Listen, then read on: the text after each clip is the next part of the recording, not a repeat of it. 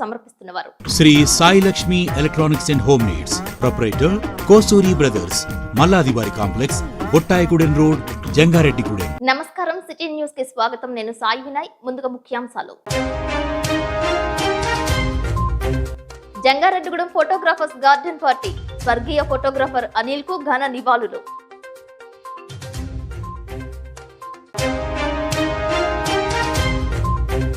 జంగారెడ్డిగూడెం ఇందిరానగర్ కాలనీలో కన్నుల పండుగగా జరిగిన అభయాంజనేయ స్వామి వార్షికోత్సవం. హాజరైన కారాటం రాంబాబు, చిన్ని రామ సత్యనారాయణ తదితరులు.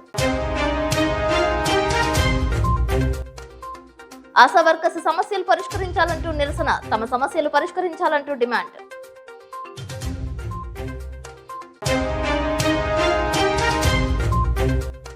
జంగారెడ్డిగూడెం జెడ్పీ ప్రభుత్వ బాలుర ఉన్నత పాఠశాలలో విద్యార్థినులను చేతి భుజంపై దండించిన ఉపాధ్యాయుడు. వివరణ అడిగిన హెచ్ఎం లోవకుమారి. భక్త సంద్రమైన శ్రీచక్ర సాహిత శ్రీ శ్రీ శ్రీ నూకాలమ్మ తల్లి ఆలయం.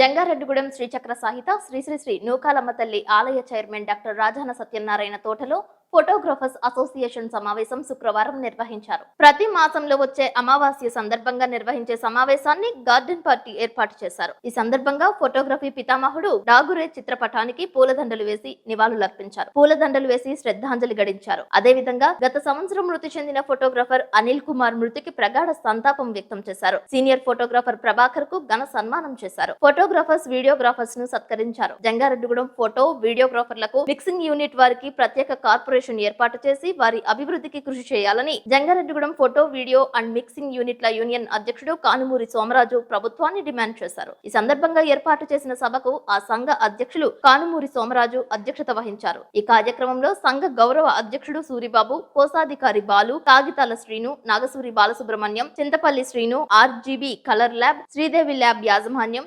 డివిజన్లలోని ఫోటో, వీడియోగ్రాఫర్లు, మిక్సింగ్ యూనిట్ సభ్యులు సుబ్బు, పద్మాకర్, నాగేంద్ర, జగన్, వెంకట్, కాగితాల శ్రీను, ప్రసాద్ తదితరులు పాల్గొన్నారు. మీరు గార్డెన్ పార్టీకి రెస్పాండ్ అవుతారని నేను అసలు అనుకో. ఈ రెస్పాన్స్ మీటింగ్, నెలవారీ మీటింగ్ కూడా కంపల్సరీగా ఉండాలి. ఒక యూనియన్ బలపడాలంటే కంపల్సరీగా ప్రతి నెల అందరూ సమకూర్చుకుని ఒకరికొకరు మాట్లాడుకుంటేనే ఒక యూనియన్ లో ఐక్యత అనేది ఉంటుందని నా భావం.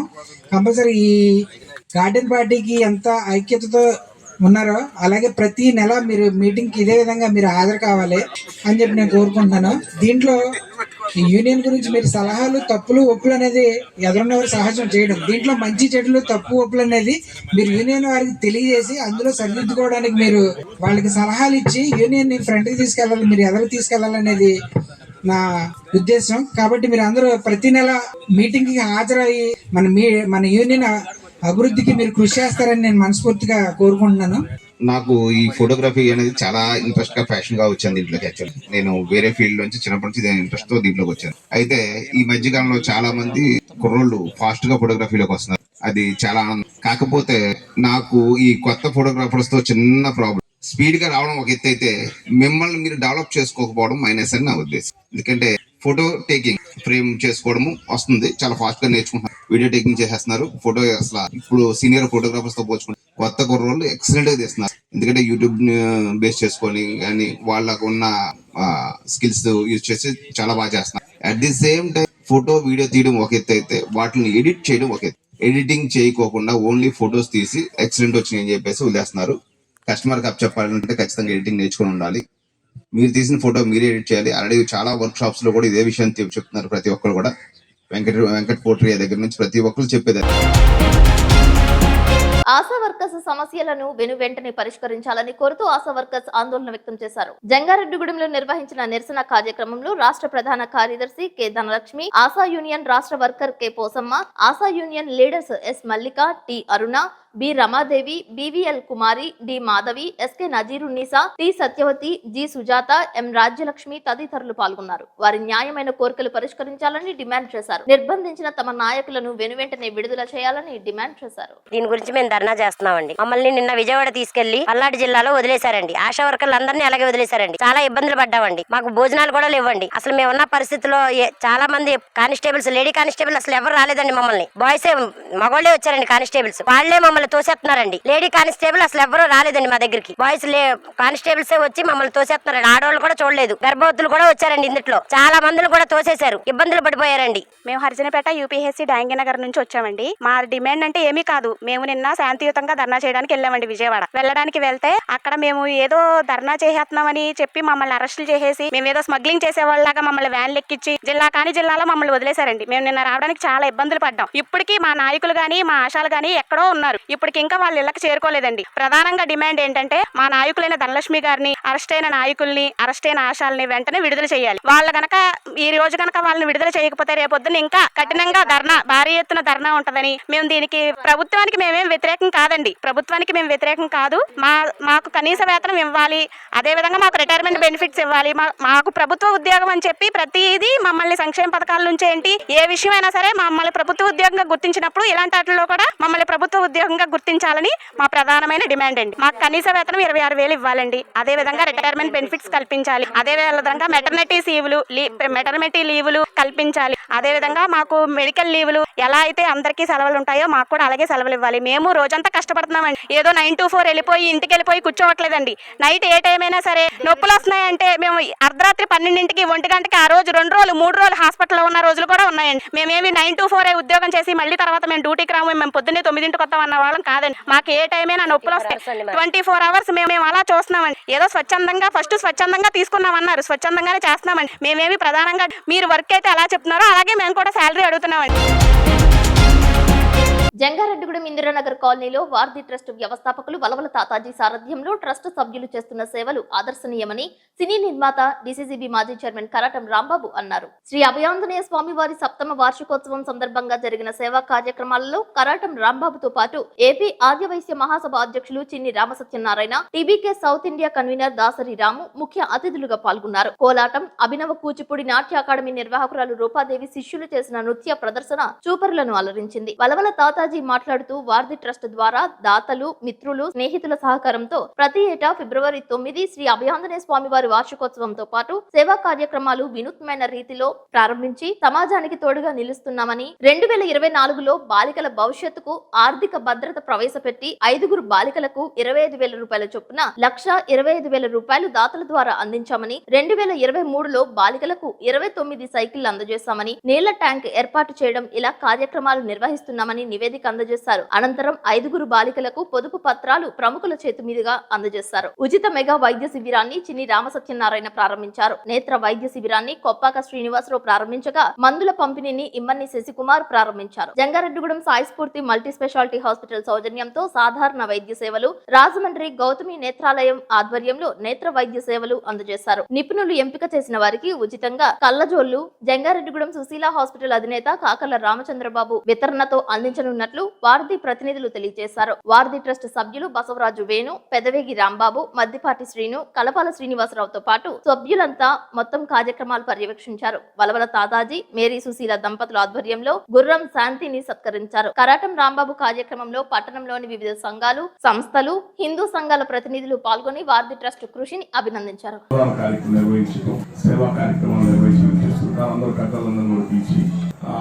మన కరాటం రాంబాబు గారు పెద్దలు వెస్ట్ గోదావరి మన తరఫున, మా కులం తరఫున రాజకీయంగా సీనియర్ నాయకులు పెద్దలు వారు ప్రతిసారి కూడా ఈ కార్యక్రమం రావటం మేమందరం కూడా చాలా సంతోషం. ఈ కార్యక్రమంలో వచ్చి పాల్గొనడానికి ఈ మంచి కార్యక్రమం ఇది ముందు కూడా భవిష్యత్తులో ఇట్లాగే ముందుకు వెళ్ళాలని, సేవా కార్యక్రమాలు 10 మందికి ఉపయోగపడే మంచి సేవా కార్యక్రమాలు మీ ద్వారా జరగాలని చెప్పి అందరూ కోరుతున్నాం.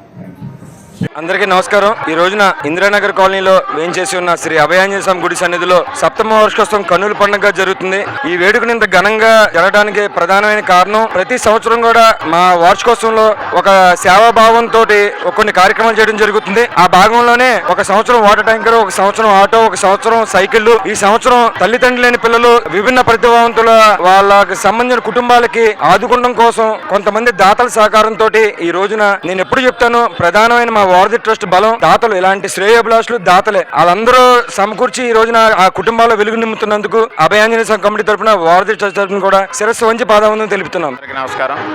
ఈరోజు జంగారెడ్డిగూడెం పట్టణం 4వ వార్డు ఇందిరానగర్ కాలనీలో కొలువైన శ్రీ శ్రీ శ్రీ అభయాంజనేయ స్వామి వారి యొక్క 7వ వార్షికోత్సవ వేడుకలు అత్యంత వైభవంగా జరుగుతున్నాయి. ప్రధానంగా ఇక్కడ జరిగేటువంటి వేడుకల్లో స్వామివారి యొక్క అభిషేకం, అదేవిధంగా సహస్రనామార్చన పూర్తయి లక్ష్మీ గణపతి హోమాన్ని కూడా ఇక్కడ సంపూర్ణం చేసుకున్న తర్వాత కోలాటం, అదేవిధంగా శీల రూపదేవి గారి శిష్య బృందరి భరతనాట్యం, కూచిపూడికి సంబంధించినటువంటి అంశాలు ఇక్కడ నృత్యార్చనగా స్వామివారికి కైంకర్యం ఇస్తున్నటువంటి నేపథ్యం. ఇదంతా ఒక ఎత్తు. అన్నదానం అత్యంత వైభవపేతంగా అక్కడ జరుగుతుంది. మెడికల్ క్యాంప్స్ రెండు జరుగుతున్నాయి. ఇక్కడ నేత్ర వైద్యం ఒకటి, సాధారణ వ్యాధులకు సంబంధించినటువంటి అంశాలు రెండు కూడా సేవా కార్యక్రమాల రూపంలో వెళ్తున్నాయి. తర్వాత ఈ రోజున బాండ్లు పంపిణీ, మొన్నటిదాకా తోలవల తాతాజీ ఆధ్వర్యంలో ఇచ్చినటువంటి బాలిక భవిష్యత్తుకు ఆర్థిక భద్రత అనేటువంటి కాన్సెప్ట్లో ఉన్నటువంటి బాలికలు ఎవరైతే వాళ్ళకి పొదుపు బాండ్లని ఈ రోజున పంపిణీ చేసే కార్యక్రమాన్ని కూడా పెద్దలందరి చేతుల మీదుగా ఇవ్వడం జరిగింది. ఈ కార్యక్రమాన్ని నిర్వర్తిస్తున్నటువంటి వరవల తాతాజీ గారి గురించి చెప్పాలంటే ఒక రకంగా మేము అందరం చాలా చిన్నవాళ్ళు. విరాళాలు ఇవ్వటం అనేది చాలా చిన్న విషయం, కానీ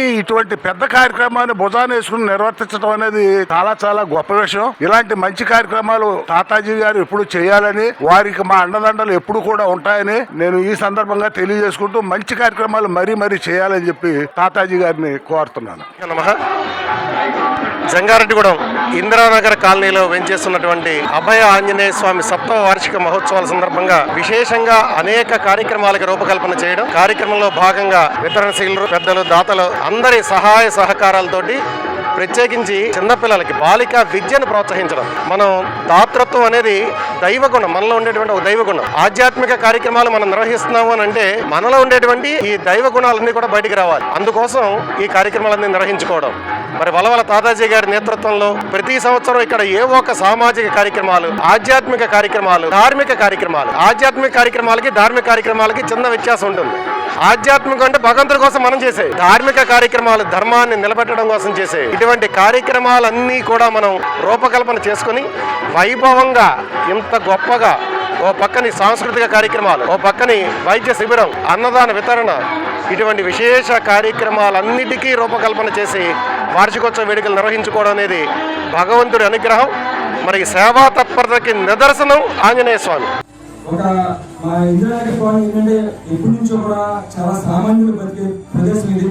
అందులోంచి కొంతమంది సెలెక్ట్ చేసుకుని ఎవరైనా దానం చేస్తానంటే ఆ దానాన్ని అభద్రతా దానం చేయకుండా, గుడి కట్టి ఎవరి దగ్గరికి చందాలు కలగకుండా చిరంజీవి గారి స్ఫూర్తితో వారధి ట్రస్ట్ ఏర్పాటు చేసి ఎవరైతే సహాయం చేసే మనుషులు ఉన్నారో, ఎవరైతే ఇబ్బంది పడే మనుషుల్ని అలాగే చేర్చడమే నా ప్రధాన లక్ష్యం. ఆ లక్ష్యంలో భాగంగా ఈ రోజున దాతలు కూడా ఉన్నారు.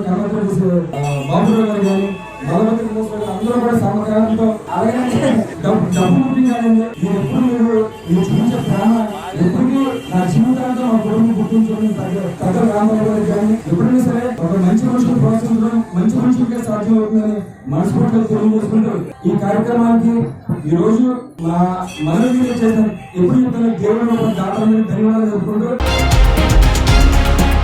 జంగారెడ్డిగూడెం బాలుర జడ్పీ ప్రభుత్వ ఉన్నత పాఠశాలకు చెందిన ఒక ఉపాధ్యాయుడు విద్యార్థినులను భుజంపై చేతితో కొట్టడంపై ఆయనను వివరణ కోరామని ప్రధానోపాధ్యాయురాలు లోవకుమారి తెలియజేశారు. గతంలో ఆయనపై ఫిర్యాదులు అందాయని, ఆయనను మందలించామని అన్నారు. మరోమారు ఫిర్యాదు అందించడంపై మెమో ఇచ్చామని అన్నారు. ఉన్నత స్థాయి అధికారుల దృష్టికి తీసుకువెళ్లారు. తరచూ ఇదే విధంగా విద్యార్థినుల తల్లిదండ్రులు ఫిర్యాదు చేయడంపై దృష్టిలో పెట్టుకున్నట్లు వెల్లడించారు.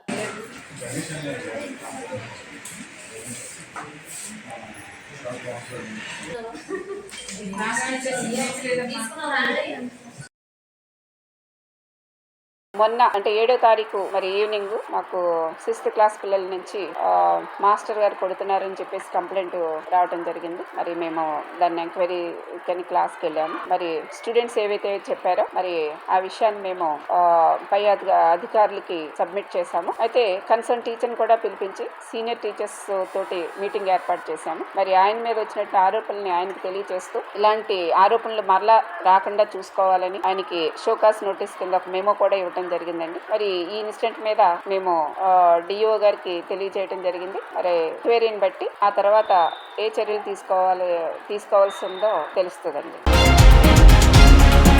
గిరిజన సాంప్రదాయాల్లో పిండి ఉత్సవంకు ప్రత్యేక గుర్తింపు ఉంది. గోదావరి పరిసర ప్రాంతంలోని గిరిజన తండా గ్రామాల్లో ఉల్లాసంగా ఉత్సాహంగా పిండి ఉత్సవం జరుపుతుంటారు. ఇందులో భాగంగా అల్లూరి సీతారామరాజు జిల్లాలోని గోదావరి పరిసర ప్రాంతాల్లో సాంప్రదాయబద్ధంగా ఈ వేడుక చేశారు. అడవి తల్లిని నమ్ముకున్న గిరిపుత్రులు ఈ ఉత్సవంలో పాల్గొని చిందులు వేశారు. పిండి వేడుక అనాదిగా వస్తున్న ఆచారంగా అభివర్ణించారు. పాడి పంటలు సకాలంలో వర్షించి చేతి ఫలసాయం వచ్చి బోర్డులో సముచిత స్థానం కల్పించాలని కోరారు.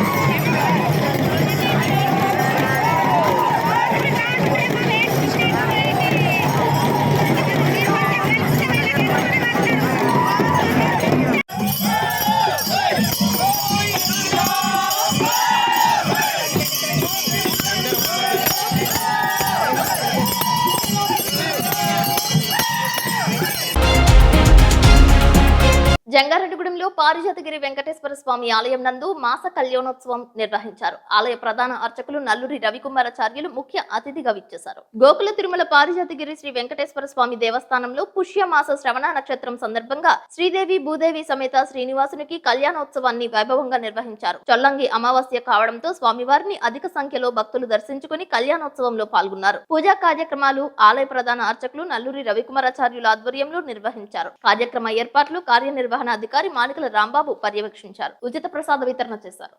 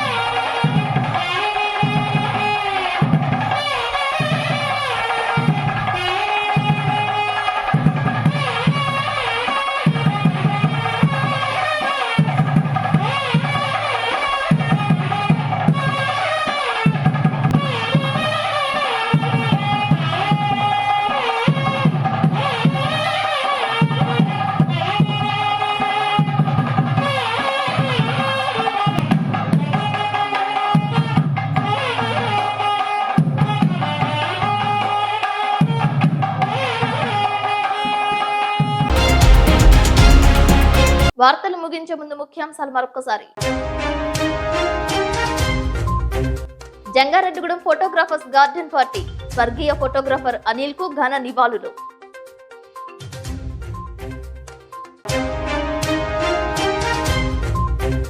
జంగారెడ్డిగూడెం ఇందిరానగర్ కాలనీలో కన్నుల పండుగగా జరిగిన అభయాంజనేయ స్వామి వార్షికోత్సవం. హాజరైన కారాటం రాంబాబు, చిన్ని రామ సత్యనారాయణ తదితరులు. ఆశా వర్కర్స్ సమస్యలు పరిష్కరించాలంటూ నిరసన, తమ సమస్యలు పరిష్కరించాలంటూ డిమాండ్.